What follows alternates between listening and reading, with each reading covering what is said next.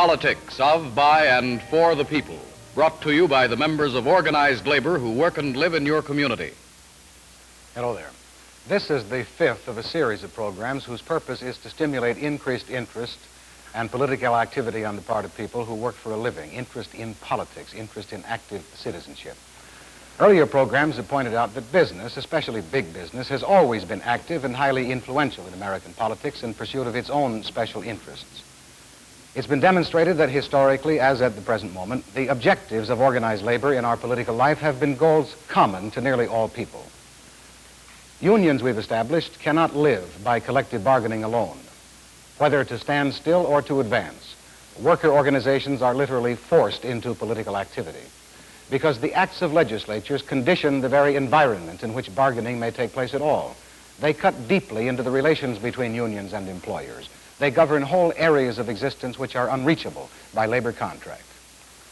Now, anyone who's had to borrow money, and most working people have had to borrow money in one form or another, already knows something, at least, of the economic cost to him of a big business administration's high-interest, hard money policies.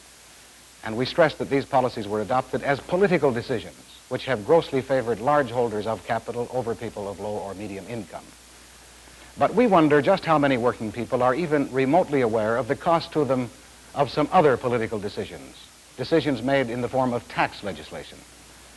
Let's go at this first without reference to the many discriminations in both state and federal taxes which burden taxpayers of moderate or low income. Those are shocking enough when you hold them up to the light. But for the moment, let's consider simply who can and who does evade taxation. Clearly, it is not people on wages or salary, because their incomes are taxed before they ever get these incomes through withholding. It is estimated that fully 97% of all wage and salary income is reported for tax purposes. Hidden, less than 3%. Now, wages and salaries happen to be the only form of income which is taxed at the source under present federal tax law. So let's look at income which is not subject to the withholding tax. Expert testimony before the House Ways and Means Committee established recently that 17% of all independent business and professional income is hidden, goes undeclared, that 11% of all dividend income is hidden, that 37% of all interest income is hidden. Now, can you get your mind, try for just a second, around a figure as large as $13 billion? Well, it looks something like this when you write it down. $13 billion happens to be the amount of money in what should have been taxable income, which is concealed from the Internal Revenue Service and of whose tax revenue the U.S. Treasury was cheated in just 1 year. Clearly, if several billions each year escape tax collection altogether, then taxes remain higher than they need be on those who do pay their taxes. Honesty, in short, is penalized to subsidize dishonesty. Now, organized labor doesn't contend for a minute that this inequity should be removed by removing the withholding tax, not at all. On the contrary, organized labor contends that the remedy is to put all forms of personal income, wherever technically possible, under withholding at the source. It is especially inexcusable that dividend and bond interest income should be exempt from withholding. That exemption permits the comparatively few people who receive most of this country's dividend and interest income to cheat on their taxes if they think they can get away with it, and the evidence unfortunately indicates that a goodly percentage of this favored few do get away with it. You might remember, incidentally, that 1%, just 1% of all of America's families own 75% of all stocks and bonds. But closing this tax loophole, like closing any of the many other legal tax loopholes which are built into the tax laws, is not an economic problem, even though its size be measured in billions of dollars. It's a political problem because it's going to require an act of politics, an act of Congress to cure it. In a few minutes, it is impossible to do more than mention the more flagrant legal loopholes which have been written into federal tax legislation to favor great wealth. Most people, we suppose, have at least heard of the depletion allowance loophole, which permits oil and mining companies to deduct more than a quarter of their profits from taxable income before they even begin to compute their taxes. This tax favoritism has created a new class of supermillionaires in America.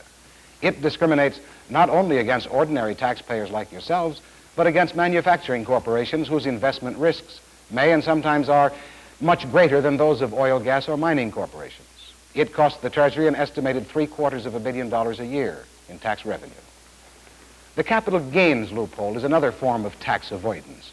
It, too, is the financial playground of the already wealthy, permitting them to put money into stocks or property, hold these for a brief period, then sell them as desired, and enjoy a maximum tax of 25%. There is no justification, whether in equity or in economics, for not taxing capital gains precisely as other income is taxed. In recent years, a privilege which many regard as outright immoral has grown up as a kind of parasite on the capital gains evasion loophole. This is the stock option gimmick, which many companies are now using to give large rewards, largely exempt from taxes, to key executives. The stock option gimmick gives the executive the option to buy a given number of shares of the company's stock at a stipulated price, a price which is often well under the market price. He exercises this option only if the market price suits him, if it rises. If the price falls, he's under no obligation to buy. Thus, he's been given the privilege, in effect, of betting on a horse race when the race is over, and without putting a penny of his own money into it. But the best is yet to come. When he does exercise his option, his profits on the manipulation are not subject to the income tax, but to the capital gains tax, which stops, as we say, at 25%. His effective tax rate, even though he may make $5 million through the stock option gimmick, his tax rate is actually lower than is the tax rate on the incomes of millions of hourly rated workers. The warping and erosion of the principle of the graduated income tax was the first order of business of the big money Republican administration, which took power back in 1953. Behind the curtain of tax reform, so-called, there was concocted what has become known and accurately as the rich man's tax bill, which is now law. And nearly every day since enactment of this law, tax consultants and advisors to the wealthy have been coming up with some new device for evading those taxes to which the rank and file of citizens are subject without any hope of evasion, even if they should try. So far, this tax discussion has dealt only with federal taxation and the increasing ability of great wealth to escape the progressive factor in the federal income tax. But most state tax systems are far less progressive than even the heavily loopholed federal system. Most state tax systems, in fact, are highly regressive, as economists say. This means that they fall heaviest on low incomes. They do not rise as income rises. So they take a larger percentage of the income of a man who makes, let's say, $3,000 or $4,000 or $6,000 a year than they take from a man who's making, let's say, $50,000 or $60,000 or $100,000 a year. State revenues come in the main from sales and excise taxes, which are classically regressive, and from property taxes, which have also become very regressive over the decades. This chart may help to make that distinction clear for you. This line shows the impact of federal taxes as income rises. As you can see, it rises, it advances, it is progressive. It is not as progressive as it should be, but at least it is relatively so. But now look at the impact of state and local taxes, the regressive taxes. That line falls as income rises. Now, you can't fail to have noticed that big business and its political friends are constantly demanding not only reductions in federal expenditures, but the turning over to the states or municipalities of many functions of the federal government, the states' rights line. Since big business has been in control of the federal government for 2 presidential terms now, you may have wondered why big business favors states' rights in so many economic matters. Well, the answer lies in the money facts which were expressed in that chart. The more of the costs of government which can be dumped on the states, the more of its share of the tax burden big money is able to evade. It's that simple. Tax legislation is obviously among the most important economic functions of our government. And yet, who pays what taxes and why is poorly understood by the average citizen, unfortunately. It's estimated conservatively that if just four of the major tax avoidance loopholes through which big incomes escape fair taxation were closed, federal revenues would be increased by about $12 billion. Now, that is more than enough money to permit this nation to build all the roads, all the housing it needs, all the schools it needs. But it goes uncollected because of class favoritism written into the tax laws. This is about as good a point as any, incidentally, to attempt to puncture a carefully blown-up myth about high income and high taxes. You've all heard it.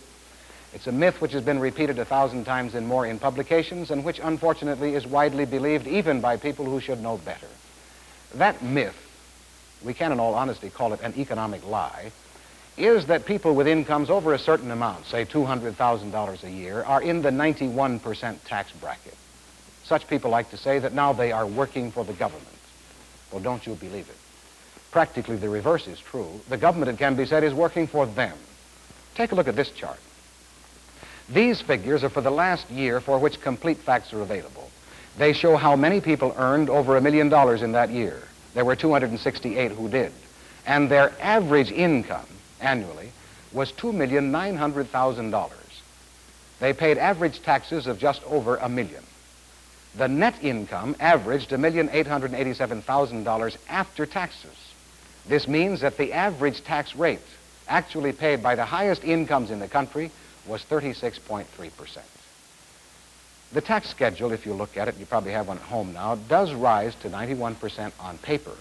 But in actual fact, in real life, when capital gains, income splitting, the stock option gimmick, and all the rest of the legalized evasions have done their work, that paper 91% boils down to 36.3% at the outside. That is the blunt and simple truth of so-called high taxation. But look, you can't restore equity to tax laws merely by pointing to present inequities. Legislators made those laws, and only legislators can change them, which means that you aren't going to get fair taxes except through political action, through the election, that is, of legislators pledged to vote for a fair system of taxation. And that in turn means supporting COPE, the Committee on Political Education, supporting COPE with a voluntary $1 contribution. Our nation came to birth, it might be said, in protest against discriminatory taxation.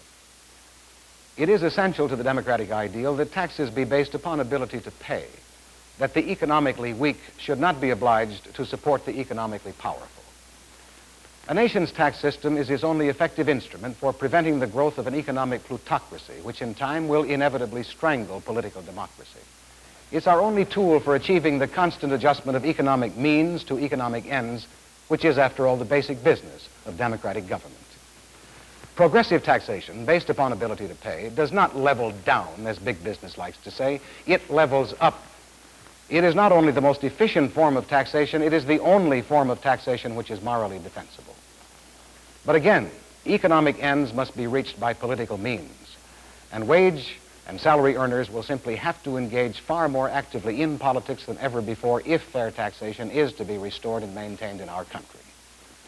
Fair taxation is one of the key objectives of COPE, the Committee on Political Education.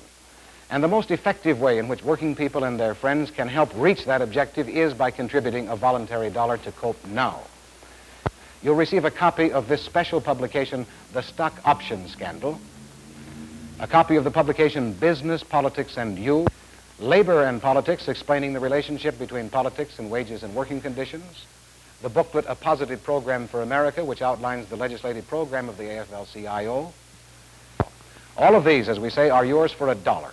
These, and more important, the satisfaction of knowing that you have made an important contribution to good and effective citizenship.